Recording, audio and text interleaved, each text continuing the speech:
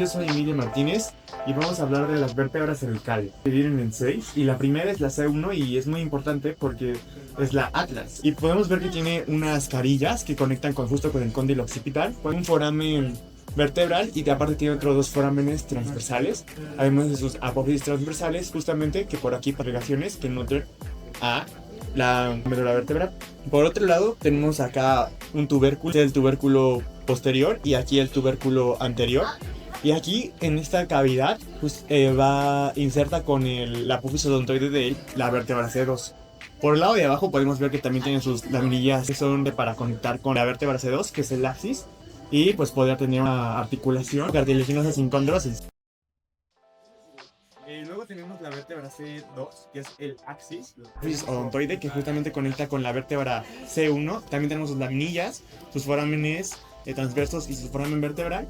Y como podemos ver aquí en la vértebra, lo que sería el cuerpo vertebral, que también empieza a formar apófisis espinosas, que son estas protuberancias que se ven como espinas, que parecen una coleta de tiburón. Por otro lado, van a formar un pedículo, que justamente es esta parte de acá, con las demás vértebras, y así formar otras vértebras que son muy similares, pero como podemos ver, ya tienen un cuerpo más grande y sus apófisis transversas empiezan a desplazarse más a derecha y a la izquierda. Pero lo demás sigue siendo muy similar.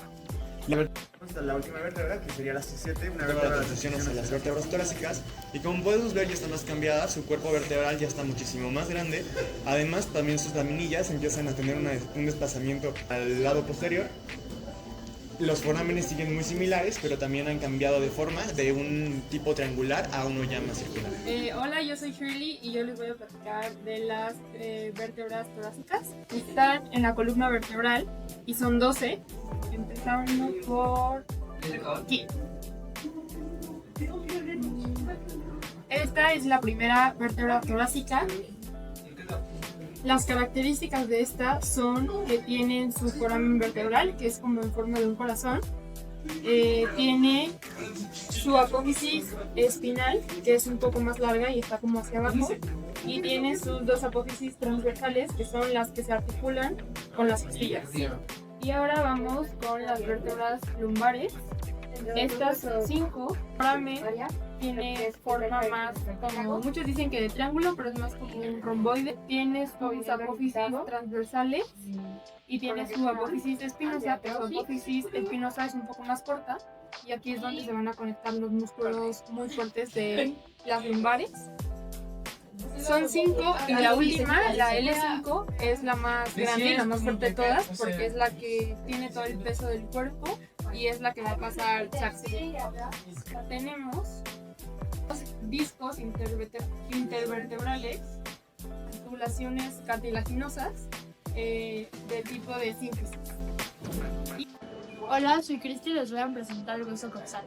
Este segmento de la columna vertebral es el sacro, que va de S1 a S5, es una fusión de las vértebras. En la parte anterior es cóncava y en la parte posterior es convexa. Este es el promontorio de la vértebra donde articula con las demás vértebras lumbares. Aquí podemos ver las alas del sacro. Este es el foramen sacro por el cual pasan los nervios. Y esta es la cresta sacra media y la cresta sacra lateral. El coxis se articula con el sacro. Esta parte en la cara articular superior es una articulación de tipo cartilaginoso secundaria. Estas son las astas. Estas son las apófisis transversas. Y el último pedazo se llama ápice del coxis. El hueso coxal está dividido en 3 partes. En la parte superior el ilion, en la parte inferior y posterior el isquion y en la parte inferior y anterior el pubis. De las partes más importantes del ilion tenemos la fosa ilíaca, la cresta ilíaca, la espina ilíaca anterior superior, espina ilíaca anterior inferior, espina ilíaca posterior superior y espina ilíaca posterior inferior. Aquí podemos ver la espina isquiática, el cuerpo del isquio Este es el pubis, Vamos a explicar la rama superior, son la rama inferior y el tenemos pico aquí del pubis. nuestra primera vértebra. Están unidos por medio de la síntesis del pubis, que es una articulación cartilaginosa secundaria hecha de fibrocartílago podemos ver y lo más importante permite del poco atlas movimiento, desde la por lo vista cual es una superior, amplia es que tiene un artrosis. foramen muy grande. También aquí Tiene tenemos sus la articulación areolas que son sacroiliaca, que es una articulación sinovial plana, que fueran bien grandes para que que también permite movimiento y es una antiartrosis. Bueno, entre los tres huesos se forma el foramen obturador, por el que pasan nervios y músculos, y de forma lateral se forma el acetábulo, es donde articula el fémur. Esta es una articulación sinovial tiroidea que permite muchos movimientos, por lo tanto es una diartrosis. Entre los dos huesos cúbicos tenemos la síntesis del pubis, una articulación cartilaginosa secundaria, lo que quiere decir que está hecha de fibrocartílago, permite un movimiento limitado, por lo que es una antiartrosis. Aquí tenemos el fémur y es el hueso más largo de todo el esqueleto, y como podemos ver, sus principales prominencias son la cabeza del fémur, que justamente tiene una capa de tejido cartilaginoso, el cuello del fémur, y también tenemos acá lo que vendría siendo los trocantes, aquí el trocante mayor, aquí el trocante menor.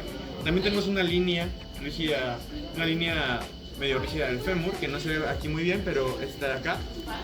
Luego por abajo tenemos los cóndilos que conectan con la tibia, y podemos ver que también tiene partes de capas de tejido cartilaginoso, y también aquí tenemos el epicóndilo del fémur. Por otro lado, las conexiones que tiene con los otros huesos es en estos casos, en su lado próximo y su lado distal.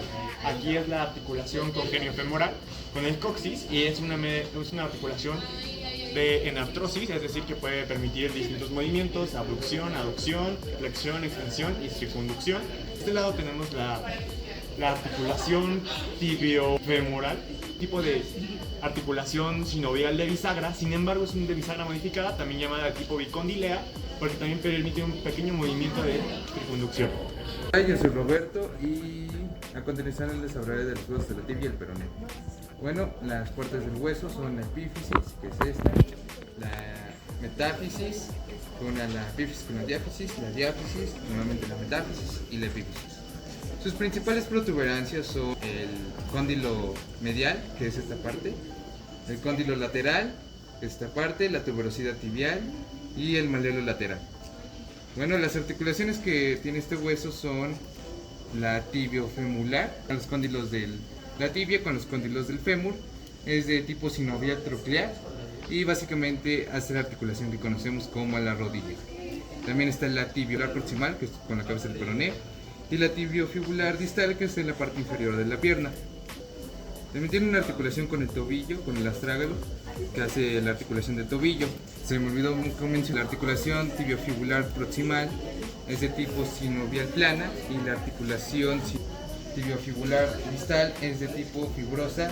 Las relaciones que tiene con los huesos es superior con el fémur, inferior con el astrágalo, lateral con el peroné y anterior con piel y posterior con los músculos de la pantorrilla.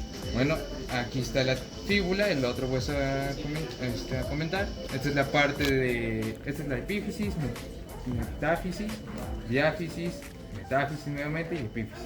Bueno, las articulaciones básicamente son las que comparte con la tibia, pero aparte es la tibia y la fíbula comparten una articulación con el astrágalo que se llama tibioperonea astragalina o algo así, la verdad, y básicamente une a la parte inferior de estos tres huesos con el astrágalo, es de tipo sinovial troclear.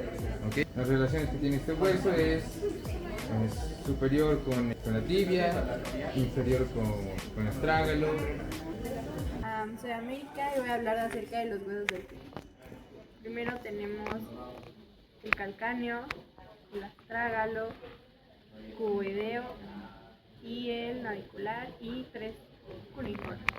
Luego tenemos los metatarsianos, que son 5, se enumeran del 1 al 5, iniciando por el dedo gordo y terminando en el dedo chiquito. Luego tenemos 14 falanges, En el dedo gordo solo hay dos, que es la proximal y la distal, y en los demás dedos tenemos tres, que son proximal, medial y distal.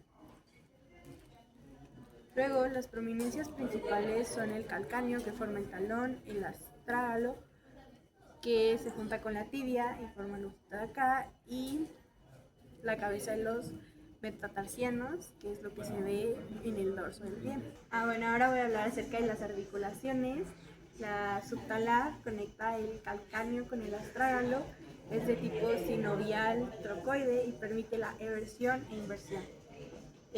Luego están las intertarsianas y tarsometatarsianas, que son de tipo sinovial planas y permiten un pequeño desplazamiento.